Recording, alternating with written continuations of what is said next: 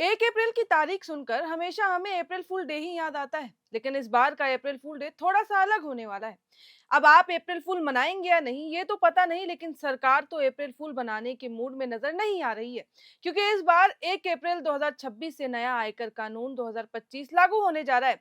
हालांकि आयकर दाताओं को रिटर्न फाइल करने को लेकर चिंता करने की जरूरत नहीं है। आयकर विभाग की ओर से सोमवार को जारी एफक्यू, जो कि अक्सर पूछे जाने वाले सवाल होते हैं, उसमें स्पष्ट किया गया है कि चालू वित्त वर्ष 2025-26 यानी 1 अप्रैल 2025 से 31 मार्च 2026 के बीच होने वाली आय का आकलन मौजूदा आयकर अधिनियम 1961 के तहत ही किया जाएगा और इसी के तहत अधिसूचित फॉर्म का भी इस्तेमाल किया जाएगा। ये नया कानून सिर्फ वित्त वर्ष 2026-27 यानी 1 अप्रैल 2026 से शुरू होने वाली आय पर भी लागू होगा। केंद्रीय प्रत्यक्ष कर बोर्ड सीबीडीटी ने आयकर नियम 2026 को अधिसूचित कर दिया है और इसमें वेतन पाने वाले कर्मचारियों के लिए भत्तों और सुविधाओं का एक संशोधित ढांचा जो है वो पेश किया गया है। इसमें कुछ टैक्स राहत के साथ साथ नियमों का पालन भी ज्यादा सख्त किया गया है। कई नियम बदले भी गए हैं। अब वो नियम क्या है आगे जाकर हम आपको स्पष्ट रूप से समझाएंगे। तो सबसे पहले कि अब फाइनेंशियल ईयर और असेसमेंट ईयर की जगह सिर्फ एक ही टैक्स ईयर होगा। इसमें कंफ्यूजन कम होगा और टैक्स कैलकुलेशन भी आसान हो जाएगा। अब साधारण आईटीआर, आईटीआर 1 और आईटीआर 2 की फाइलिंग की डेडलाइन भी 31 जुलाई होगी। बिजनेस प्रोफेशन वाले आईटीआर की डेडलाइन जो है वो 31 अगस्त तक तय की गई है। इसके अलावा ऑडिट वाले केस जितने भी होते हैं कंपनियों के लिए, ये 31 अक्टूबर तक होगी और कुछ स्पेशल केस जो होते हैं उनकी डेडलाइन 30 नवंबर तक तय की गई है। यानी कि रिवाइज रिटर्न फाइल करने की समय सीमा भी बढ़ा दी गई है। अब वहीं टैक्स ईयर के अंत से 12 महीने तक कुछ फीस के साथ रिवाइज रिटर्न फाइल किए जा सकेंगे। इन नए नियमों के मुताबिक सैलरी पाने वाले लोगों के लिए हाउस रेंट अलाउंस यानी कि एचआरए पर टैक्स छूट को बेहतर किया गया है, लेकिन नए नियम कड़े भी कर दिए गए हैं। अब इस छूट का लाभ लेने के लिए मकान मालिक और किराएदार के संबंध के बारे में बताना अनिवार्य होगा। ये पता होना जरूरी होगा कि दोनों के बॉन्ड कैसे हैं। नए नियमों के तहत मुंबई, कोलकाता, दिल्ली, चेन्नई, हैदराबाद, पुणे, अहमदाबाद और बेंगलुरु में रहने वाले कर्मचारियों को सैलरी के 50% तक एचआरए छूट मिलेगी, जबकि बाकी जगहों के लिए ये सीमा 40% ही रहेगी। अभी तक सिर्फ मुंबई, दिल्ली, कोलकाता और चेन्नई के कर्मचारियों को ही 50% तक छूट मिलती आती थी।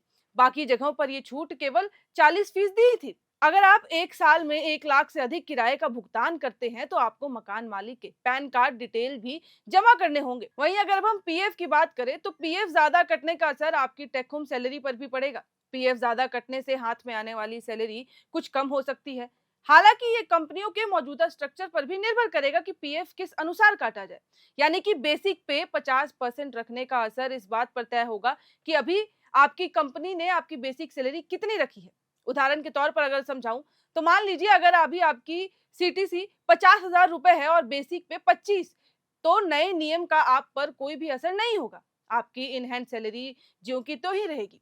हाँ, अगर आपकी टोटल सैलरी 50,000 रुपए है और कंपनी टैक्स बचाने के लिए आपको सिर्फ 10,000 रुपए बेसिक पे दे रही है और बाकी 40,000 रुपए अलाउंस में जोड़े जा रहे हैं, तो इस स्थिति में कंपनी को आपकी बेसिक पे बढ़ानी होगी। नए नियमों के अनुसार कंपनी से मिले घर की टैक्स वैल्यूएशन में कमी की गई है। निजी सेक्टर में कर्मचारियों के लिए अब टैक्सेबल वैल्यू शहर की आबादी पर भी निर्भर करेगा। 40 लाख से ज्यादा आबादी वाले शहर पर ये सैलरी का 10% ही रहेगा।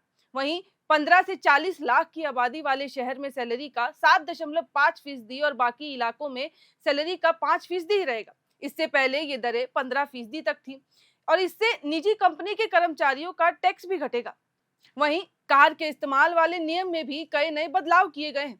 कोई कर्मचारी अगर कंपनी की कार का इस्तेमाल अपने प्राइवेट या फिर आधिकारिक दोनों कामों के लिए करता है तो 1.6 लीटर इंजन क्षमता वाली कार पर 5,000 हर महीने, इससे बड़ी कार पर 7 हर महीने टैक्सेबल वैल्यू मानी जाएगी। अगर कंपनी की ओर से ड्राइवर मिला हुआ है तो इस वैल्यू में हर महीने 3,000 रुपए जोड़े जाएंगे।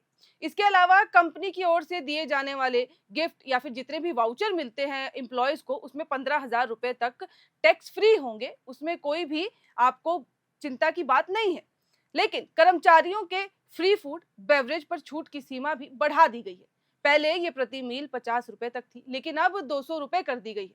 कंपनी की ओर दिए गए गिफ्ट या वाउचर पर 15,000 रुपए तक टैक्स फ्री रहेगा, लेकिन इससे ज्यादा होने पर पूरी राशि टैक्स के दायरे में आ जाएगी। एम्प्लॉयज के फ्री फूड बेवरेज पर छूट की सीमा बढ़ा दी गई है। पहले ये प्रति मील 50 रुपए तक थी, लेकिन अब 200 रुपए कर दी गई है। कंपनी की ओर से दिए गए गिफ्ट या वाउचर पर 15,000 रुपए तक टैक्स फ्री तो रहेगा, लेकिन अगर इससे ज्यादा बढ़ जाता है तो फिर राशि टैक्स के दायरे में आ जाएगा और फिर जाके ये टैक्स कटना शुरू हो जाएगा। इसके बाद जो नया नियम है वो बच्चों के एजुकेशन अलाउंस से जुड़ा है, जो कि हर महीने 3,000 रुपए की टैक्स छूट मिलेगी। पूरे भारत में ये छूट अधिकतम 2 बच्चों के एजुकेशन पर मिलती थी। पहले ये राशि सिर्फ 100 रुपए थी, वहीं हॉस्टल अलाउंस में 9,000 रुपए प्रति महीने तक छूट दी जाती थी।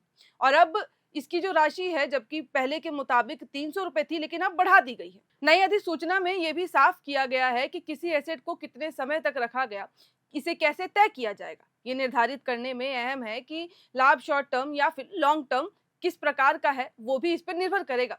अब अगर कोई सिक्योरिटी जैसे कि शेयर या डिबेंचर कन्वर्ट होती है तो उसकी होल्डिंग अवधि भी, उस मूल निवेश की अवधि भी जोड़ी जाएगी, जिसे पहले रखा गया था, जैसे ये पहले किया जाता था। यानी कि कुल मिलाकर रिपोर्ट्स के मुताबिक ये कहा गया है कि नए नियमों में कई क्षेत्रों में अनुपालन को ज्यादा सख्त कर दिया गया है, जैसे कि कैपिटल गेन टैक्स, शेयर बाजार में लेन देन और नॉन रेजिडेंशियल टैक्सेन। साथ ही कुछ डिस्क्लोजर को भी सरल बनाया गया है। नए नियमों में 150 से ज्यादा फॉर्म लाए गए हैं, जो टैक्स से जुड़े अलग अलग कामों और प्रक्रियाओं का कवर करता है। अब ऑडिटर्स और कंपनियों की जिम्मेदारी भी इस नए नियमों के तहत बढ़ा दी गई है। उन्हें विदेशी आय पर टैक्स क्रेडिट के दावों की ज्यादा सख्ती से जांच करनी होगी और उसके बाद ही जो भी वो नियम है उसके अनुसार काम करना होगा। तो कुल मिलाकर ये नए नियम है जो कि 1 अप्रैल से लागू किए जाएंगे।